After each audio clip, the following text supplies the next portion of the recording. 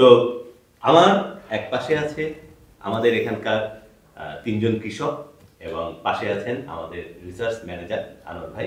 কৃষিতে একটা সমস্যা হচ্ছে সবচেয়ে বড়, সেটা হচ্ছে বাজার দর। শিক্ষিত মানুষ কি কৃষিকাজ করবে? আমার মনে হয় বাংলাদেশে এরকম কারোর চোখে কোনোদিনও পড়ে নাই যে কৃষক লেখা আছে গাড়ির সামনে একটা কৃষক।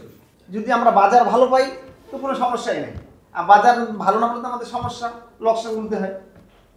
আমাদের নিজেদের খাবার নিজেদের সঙ্গে সম্পন্ন হতে হবে এবং এই খাবার যেন আমরা বাইরে রপ্তানি করতে পারি।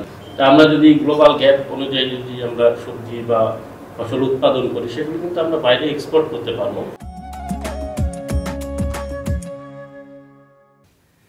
প্রিয় দর্শক বন্ধুরা, মালিক সিডস 1969 সাল থেকে যাত্রা শুরু করে আজ অবধি কৃষকের পাশেই আছে। কৃষককে ভালো জাতের ভালো মানের বীজ উপহার দিচ্ছে এবং তাদেরকে সঠিক পরামর্শ প্রদান করছে, যার কারণে বাংলাদেশের কৃষি কিন্তু এগিয়ে যাচ্ছে দুর্বার গতিতে। আমরা এখন আছি দিনাজপুরের বীরগঞ্জের প্রাণনগরে অবস্থিত মালিক সিডসের মালিক ফার্মে, আর এখানেই আছে এখানকারই তিনজন সফল কৃষি উদ্যোক্তা। একদম বামে আছেন আমাদের মোহাম্মদ ইনসান ভাই, উনি ঠাকুরগাঁয়ের রানী সংকল থেকে এসেছেন। তারপরে আসছেন আমাদের আলমামুন ভাই, উনিও বীরগঞ্জের। আর আছেন আমাদের উত্তম সেন, উনি মহানপুর সেনপাড়া থেকে এসেছেন, বীরগঞ্জেরই। আর আমার ডানে আছেন আমাদের মালিক ফার্মের রিসার্চ ম্যানেজার আনোয়ার ভাই। আপনাদের সবাইকে আজকের অনুষ্ঠানে স্বাগত। তো প্রথমে আমি চলে যাব আমাদের ইনসান ভাইয়ের কাছে। হ্যাঁ ইনসান ভাই, আপনি একটু আপনার সম্পর্কে বলবেন যে আপনি আসলে কতদিন ধরে কৃষির সাথে জড়িত আছেন এবং এই পর্যন্ত আসাতে আপনার কি কি প্রতিবন্ধকতা পেয়েছেন? আমি কৃষির সাথে প্রায় 7-8 বছর থেকে আছি। তো আমি আগে তেমনটা লাভবান হতে পারিনি, তবে আমি মালিক সিডের একটা হচ্ছে প্রীতম জাতের বেগুন চাষ করে ভালো রেজাল্ট পেয়েছি আলহামদুলিল্লাহ। আরেকটা হচ্ছে মরিচ, যেটার তুলনা করা যায় না, যেটা হচ্ছে বিজলি প্লাস 2020 সারা বাংলাদেশে ভাইরাল অবস্থায় চলতেছে আলহামদুলিল্লাহ। কিন্তু কৃষিতে একটা সমস্যা হচ্ছে সবচেয়ে বড়, সেটা হচ্ছে বাজার দর ভালো না থাকার জন্য সমস্যা। কিন্তু এখানে একটু যারা স্মার্ট উদ্যোক্তা রয়েছে তারা একটু হিসাব নিকাশ করে চলে, যার জন্য ফলাফল ভালো পায়। সেটা হচ্ছে যে অফ সিজনে করা, যেটা যখন সবাই করবে সেটা আমরা করব না। এই গ্যাপের সময় আমার ফসলটা যাতে হয়, এই সিস্টেমে যদি আমরা চাষাবাদ করি তাহলে ইনশাল্লাহ আমরা ভালো টাকা রেজাল্ট পাবো ইনশাল্লাহ। কারণ 1 বিঘাতে 5-7 লক্ষ টাকা কোনো ব্যাপার না মরিচ, এটা ইজিলি হয়। আর যদি এটা আমরা সিজনের সময় করি তাহলে কিন্তু আমরা এই সফলতার মুখ দেখতে পাবো না। হয়তো বা ফলন হয় এর চাইতে বেশি পাবো, কিন্তু আমরা দামের বেলায় তেমনটা পাবো না। এখানে আমি পাতকপির একটা কথা বলতে চাচ্ছি। আমি মালিক সিডের পাতকপিটা চাষ করছিলাম অ্যাটলাস 70। তো আপনারা সবাই জানেন যে বাজারের অবস্থা খুবই খারাপ ছিল, কিন্তু তারপরও আপনাদের যে অ্যাটলাস 70 জাতটা আলহামদুলিল্লাহ এত ভালো, এটা আসলে না বললেই নয়। একটার ওজন 5 কেজি 4 কেজি 5 কেজি করে পাইছি আলহামদুলিল্লাহ। এবং বাজারে নিয়ে যাওয়ার সাথে সাথে মানে কাড়াকড়ি নিয়ে নিচ্ছে, আবার 15 টাকা পিস। অন্যান্য কপিতে মনে করেন 10 টাকার 2টা দেওয়া লাগে। এটা এত বড় যে মানে যে দেখতেছে ওর প্রয়োজন না হলেও একটা নিচ্ছে কি যে নিয়ে যায় দেখি বাজারে, এত মানে বড় আর এত আকর্ষণীয়। তো এটা তো আলহামদুলিল্লাহ এই পাতাকপি চাষ করে ভালো লাভ হয়েছে। যদিও কপি চাষ করছিলাম ওটাতে ধরা খাইছি, কিন্তু এটাতে আলহামদুলিল্লাহ ভালো রেজাল্ট। তো 70টা এটা যদি লেটেও কেউ করে তাহলে ইনশাল্লাহ লস হবে না, বাজার যতই খারাপ হোক না কেন। আচ্ছা, তার মানে আসলে ভালো ফসল এটার সবসময় দাম থাকে। জি জি, হ্যাঁ, ভালো ফসল সুন্দর ফসল আসলে আমরা বাজারে যখন যাই যেটাই দেখবো, মানে যেটা সুন্দর দেখবো সেটাই কিন্তু আমি কিনবো। এখন আমার তো কেনাই লাগবে, সেটা দেখা যাচ্ছে যে একটু দাম বেশি থাকলেও আমি নিতে পারি, কারণ আমার কাছে যেটা ভালো লেগেছে। হ্যাঁ, তো ধন্যবাদ ইনসান ভাই। এবার একটু আল মামুন ভাইয়ের সাথে একটু কথা বলি।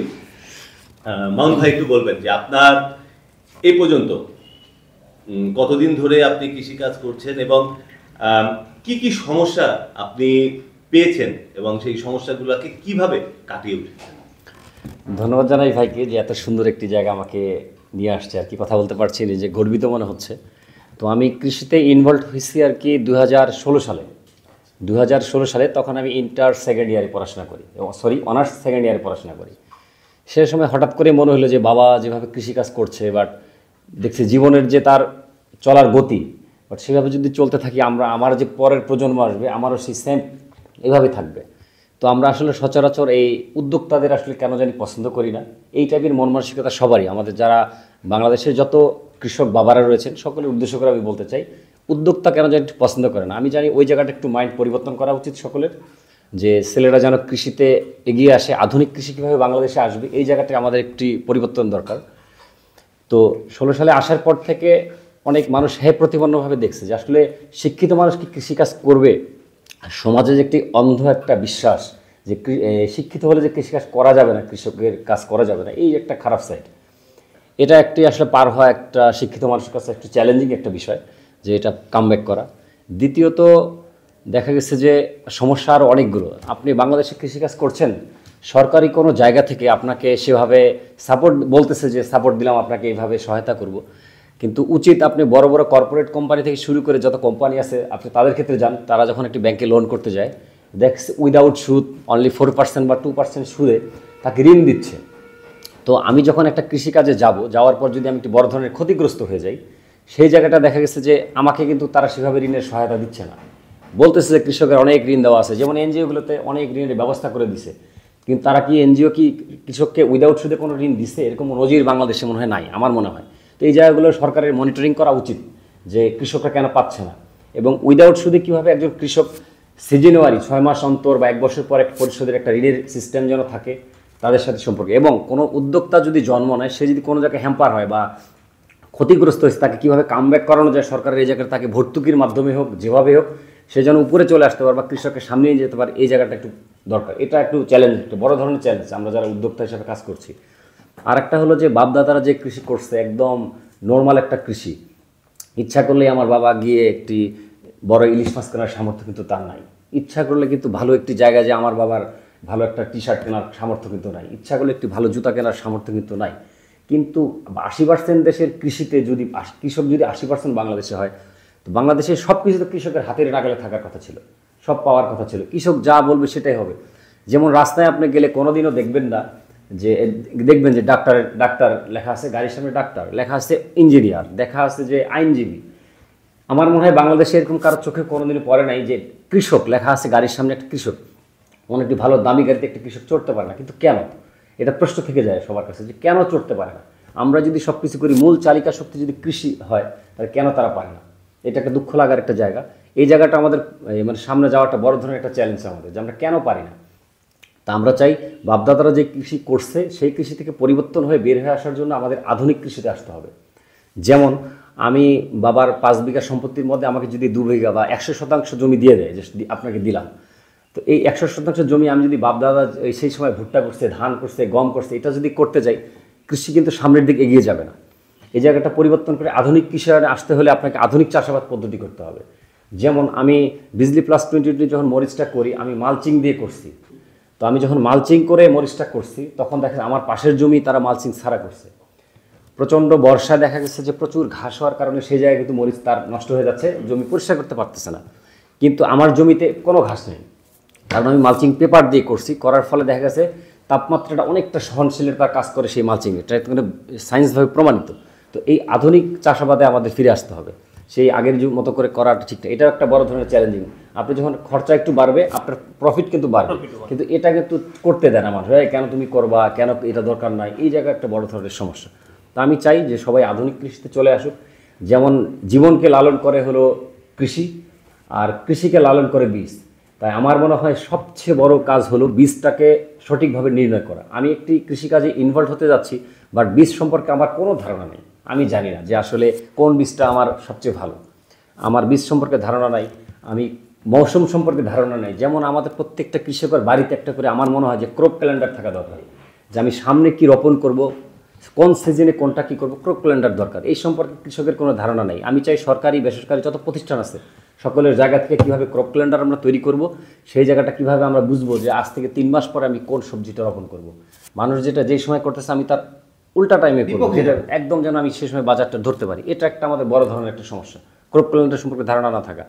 তো আমি যখন ক্রপ ক্যালেন্ডার ফলো করব, আমি নিশ্চিত যে এই কৃষিতে মানে ক্ষতি হওয়ার সম্ভাবনাটা খুবই কমে যাবে। আর আবহাওয়া যেটা অনুকূলের বাইরে সেটা তো স্বর্গীয় একটা সেটা আমরা কেউ ইচ্ছা করলেও পারবো না, কোনো কোম্পানি বা সরকারের দ্বারা সম্ভব না যে ওয়েদারকে ঠান্ডা করে দেওয়া বা বৃষ্টিকে কমায় দেওয়া, বৃষ্টিকে বাড়ায় দেওয়া, এটা আসলে সম্ভব না। তাই আমি চাই যে যারা আমরা কৃষিতে আসতেছি, যারা উদ্যোক্তা হিসাবে যারা আসতে চায় শিক্ষিত মানুষ, প্রত্যেক বাবাদের আমি বলবো যে আপনারা একটা সহায়তা করেন। তো এবার আমি একটু আলাপ করতে চাই আমার উত্তম দাদার কাছে। দাদা, সেটা হচ্ছে যে আপনি এই পর্যন্ত কতদিন ধরে আসলে কৃষিতে আছেন এবং আপনার কাছে কৃষির কি অবস্থা? প্রায় 25 বছর ধরে আমি কৃষি করতেছি। আমি মানুষ হিসেবে আমার ভাইয়ের কাছে, আমার বাবা কিন্তু ছোট থেকে মারা যায়, লেখাপড়া করার সুযোগ আমি পাই নাই। ক্লাস 5 পর্যন্ত আমি লেখাপড়া করছি। আমরা যখন আমার ভাইয়ের সাথে কৃষি করি তখন তো আমরা অনেক দিন দেখা যাচ্ছে যে বীজে ঠকে গেছি, লাগাইছি বীজ মানে ভাইরাস হয়, এটা হয় ওটা হয়, দেখা যাচ্ছে লোকসানে পড়ি। যখন আমরা কৃষি একটু উন্নত দিকে গেলে আমাকে যে ভালো ভালো কোম্পানি বীজ ইউজ করতেছি, দেখতেছি বেনিফিট ভালো। যদি আমরা এই কৃষিটাকে এখন আধুনিক প্রযুক্তিতে কৃষি করি, তার মানে মানুষ এখন দেখা যাচ্ছে সবাই আলু লাগাচ্ছে, আমরা আলুর পরিবর্তে যদি সবজি খেতে যাই বা মরিচে যাই, মিষ্টি কুমড়া যাই, কায়তায় যাই, তাহলে কিন্তু আমরা লাভবানটা বেশি হব। মানে আমাদেরকে অপর পৃষ্ঠে যাইতে হবে। এখন মেইন সমস্যা হচ্ছে আমাদের যে বাজার জাত নেই, সেটাই আর কি সমস্যা। যদি আমরা বাজার ভালো পাই তো কোনো সমস্যাই নেই, আর বাজার ভালো না হলে তো আমাদের সমস্যা, লোকসান গুনতে হয়। একদম ঠিক বলেছেন। এটাই। তো এই পর্যায়ে আমি একটু আনোয়ার ভাইয়ের সঙ্গে আলাপ করব। আনোয়ার ভাই, আমরা আসলে ভাইদের কাছ থেকে অনেক কিছুই শুনলাম, তাদের এখান থেকে তাদের শুরুটা এবং তাদের বিভিন্ন সমস্যা। তো আপনার কাছে একটু জানতে চাই যে আসলে কৃষিতে কৃষকরা কি কি সমস্যার সম্মুখীন হচ্ছে এবং কিভাবে সেই সমস্যার সমাধান আপনারা দিয়ে থাকেন। ধন্যবাদ মেহেদী ভাই, এবং আজকের উপস্থিত আমাদের যে অতিথিরা আছেন, আমাদের ইনসান ভাই, মামুন ভাই এবং উত্তম দাদা, আপনাদের সবাইকে ধন্যবাদ এখানে আসার জন্য। এটা আসলে অনেক বড় একটা আলোচনা হচ্ছে, যদিও আমরা অনেক ছোট মানুষ, এখানে সবাই ছোট মানুষ বসছি, তারপরে যেহেতু কৃষি নিয়ে আমরা সবাই কাজ করছি বা চেষ্টা করছি কৃষিতে কিছু করার জন্য, সেক্ষেত্রে আমরা কিছুটা বলতে চাচ্ছি। আমাদের তিনজন অতিথির মতামত নিলাম, তাদের মোটামুটি তাদের সবারই যেটা কথা সারমর্ম এক জায়গায় এসে পৌঁছে, যে আসলে বাজার মূল্য, কৃষকরা বাজার মূল্য পাচ্ছেন না। এখন দাম নির্ধারণ আমাদের এই পর্যায় থেকে আমরা বলতে পারি যে আমরা হচ্ছে আমাদের সম্মানিত এমডি মহোদয়ের নির্দেশে আমরাও কিন্তু, যেটা মামুন ভাইয়ের কথাই উঠে আসছে যে ক্রপ ক্যালেন্ডার, আমাদের কিন্তু স্যার ক্রপ ক্যালেন্ডারে মানে জোর দিয়েছেন, আমরা হচ্ছে সেই দিকে আগাচ্ছি এবং আমাদের এটা আমরা সুন্দর একটা ক্রপ ক্যালেন্ডার তৈরি করব, যেটা হয়তো কৃষকদেরও কাজে লাগবে এবং আমাদের যারা সেলস মার্কেটিং আছে তারা ওই অনুযায়ী কৃষকদের মোটিভেট করতে পারবে। যে আমাদের যদি ডিপার্টমেন্ট অফ এগ্রিকালচার এক্সটেনশন, কৃষি সম্প্রসারণ অধিদপ্তর অনেক কাজ করছেন, পরিশ্রম করছেন, কিন্তু এর পাশাপাশি যদি একটা উদ্যোগ নেন যে আসলে কোন উপজেলায় কতটুকু জমিতে কি পরিমাণ ফসল হবে, এরকম একটা লক্ষ্যমাত্রা নির্ধারণ করে দিয়ে, হয়তো এটা 1 বছর 2 বছর বা 3 বছরের সব চাষি নিতে চাবেন না, যে না আমার জমিতে আমি আলুই করবো, অন্য কিছু কৃষি অফিস থেকে আমাকে সাজেশন দিলে অন্য ফসল করবো। কিন্তু এটা যেহেতু নতুন জেনারেশনের লোকজন কৃষিতে আসছে, তারা কিন্তু বুঝবেন, জিনিসটা অ্যানালাইসিস করে দিলে ভাই আপনি আলু করতে চাচ্ছেন, আলুতে কিন্তু লস হবে, আপনি অন্য ফসল করেন, এবং অন্য ফসল করতে চাচ্ছেন না করে আলু করেন, কেন করবে, এটা লাভজনক হবে। বা এই এত হেক্টরে বা এত মেট্রিক টন উৎপাদন হলে সারা দেশে আমরা বিক্রি করতে পারবো।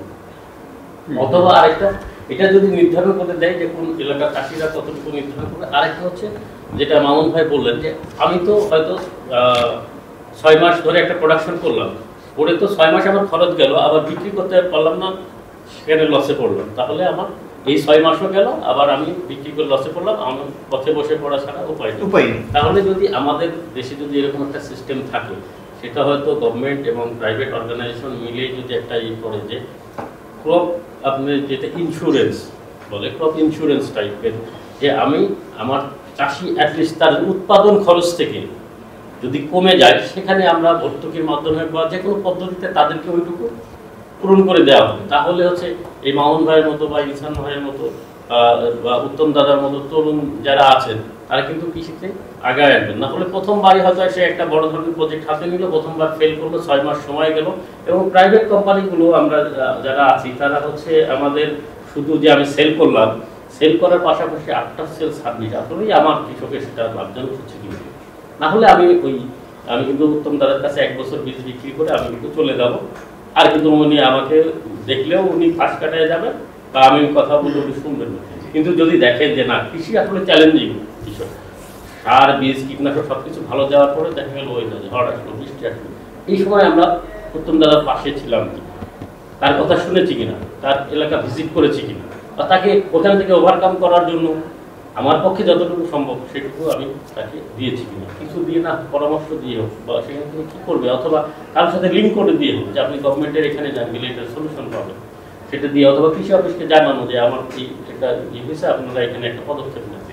এইটুকু যদি আমরা গভর্নমেন্ট অর্গানাইজেশন, প্রাইভেট অর্গানাইজেশন এবং কৃষক যারা আছেন তারা মিলে যদি করি, তাহলে আশা করি যে আস্তে আস্তে আমরা কৃষিতে সমৃদ্ধ হব। এবং আমাদের দেশে, এটা আমার বিশ্বাস, মানে কৃষিবিদ হিসেবে, আমাদের দেশে আসলে ভালো কিছু করতে গেলে কৃষির মাধ্যমেই করতে হবে। অন্য কিছু যে করলেও অন্য পাশাপাশি ওগুলো চলতে থাকবে, কিন্তু আমার পেটে যদি খাবার না থাকে সব কিছুই কিন্তু একসময় বন্ধ হয়ে যাবে। এবং আমাদের তরুণ উদ্যোক্তাদের যদি তাদেরকে আমরা স্বপ্ন না দেখাইতে পারি এবং তাদেরকে আসলেই যদি তাদের প্রবলেমগুলো সলিউশন না দিতে পারি, শুধু যেটা মামুন ভাই বা অন্যরা বলেন যে শুধু মুখে মুখে টকশো করলাম বা এইগুলো, কিন্তু আসলেই যদি মাঠ লেভেলে প্রবলেমগুলো সলিউশন না দিতে পারি, তারা আস্তে আস্তে বিমুখ হয়ে যাবে, আমাদের সবাই কিন্তু কৃষি উৎপাদন থেকে দূরে সরে যাবে। তখন দেখা যাবে যে আমাদের টাকা আছে কিন্তু খাবার নাই, খাবার কিনলেও কেউ আমাদেরকে কিনতে গেলে খাবার দিচ্ছে না। আমাদের নিজেদের খাবার নিজেদের সঙ্গে সম্পূর্ণ হতে হবে এবং এই খাবার যেন আমরা বাইরে রপ্তানি করতে পারি। যেমন হচ্ছে বাংলাদেশ সরকার সহ আর অন্যান্য, যেমন আমরা মালিক সিট থেকে গ্লোবাল গ্যাপে আমরা প্র্যাকটিস শুরু করেছি। তা আমরা যদি গ্লোবাল গ্যাপ অনুযায়ী যদি আমরা সবজি বা ফসল উৎপাদন করি, সেগুলো কিন্তু আমরা বাইরে এক্সপোর্ট করতে পারবো। আমাদের কৃষকদের স্বপ্ন দেখাইতে পারলে বা তাদের ওই মানে অ্যাসুরেন্স দিলে যে আপনার এই ফসলটা আপনি এটা করেন, আমি এটা 10 টাকা কেজি কিনে নিব, গভর্নমেন্ট থেকে আপনাকে সাপোর্ট দেওয়া হবে, প্রাইভেট কোম্পানি থেকে সাপোর্ট দেওয়া হবে, তাহলে ওনাদের আর অন্য কোনো মোটিভেশন দরকার নেই, ওনারা নিজেরাই অনেক মোটিভেটেড। তো আমাদের কাছে দর্শক বন্ধুরা, আপনারা কিন্তু অনেক সময় জিজ্ঞেস করেন যে আমি কি চাষাবাদ করব বা আগামীতে আমি কোন জিনিসটা চাষ করব। এই জিনিসটা কিন্তু আপনাকে সিদ্ধান্ত নিতে হবে, কারণ আপনার এলাকায় কোন সবজির চাহিদা বেশি সেটা কিন্তু আপনিই জানেন, আমি জানি না। আবার কিভাবে এইটা জানবেন? আপনার এলাকায় অনেক কৃষি উদ্যোক্তা আছে, অনেক ভালো ভালো কৃষক আছে, কৃষি অফিস আছে, বাজার আছে। আপনি বাজারে যান, বাজারে যেয়ে শুনেন যে কোন জিনিসের দাম কোন সময় বেশি থাকে, কোন জিনিসটা কম থাকে। তারপর কৃষি অফিসের সাথে যোগাযোগ করেন যে কোন সবজিটার কি অবস্থা, কোনটা সহজে ওইখানে চাষ হবে এবং চাষ করলে আপনি বাজারটাও ভালো পাবেন। তারপরেই কিন্তু আপনাকে সিদ্ধান্ত নিতে হবে যে আমি এই জিনিসটা চাষ করব। আরেকটা ব্যাপার হচ্ছে যে ভাইদের কাছ থেকে আসছে, সেটা হচ্ছে যে আমি উৎপাদন করলাম, শুধু উৎপাদন করলেই কিন্তু হবে না, সেটার বাজারও থাকতে হবে, আবার বাজার মূল্যও ভালো থাকতে হবে। কিছুদিন আগে যেমন সবাই উৎপাদন করেছে, উৎপাদন ভালো কিন্তু বাজার দাম কম, কিন্তু সেই ক্ষেত্রে আবার আগামে যদি চাষ করি, আগামের দাম বেশি, খরচ হয়তো একটু বেশি কিন্তু দাম বেশি, যে কারণে ওই দামটা ওই সময় কিন্তু পুষায় যায়। তো এই জিনিসগুলো আপনাদেরকে চিন্তা ভাবনা করতে হবে, আপনাদেরকে চিন্তা ভাবনা করেই সেইভাবে চাষাবাদ করতে হবে। তো আজকে আমাদের এই পর্বটা দেখার জন্য আপনাদেরকে ধন্যবাদ, আর এখানে আসার জন্য ইনসান ভাই, মাউন ভাই, উত্তম দা এবং আনোয়ার ভাই, আপনাদের সবাইকে আমাদের মালিক সিডসের পক্ষ থেকে শুভেচ্ছা। আপনারা যাতে সামনের দিকে আরো এগিয়ে যান এই আশাই করি। ধন্যবাদ।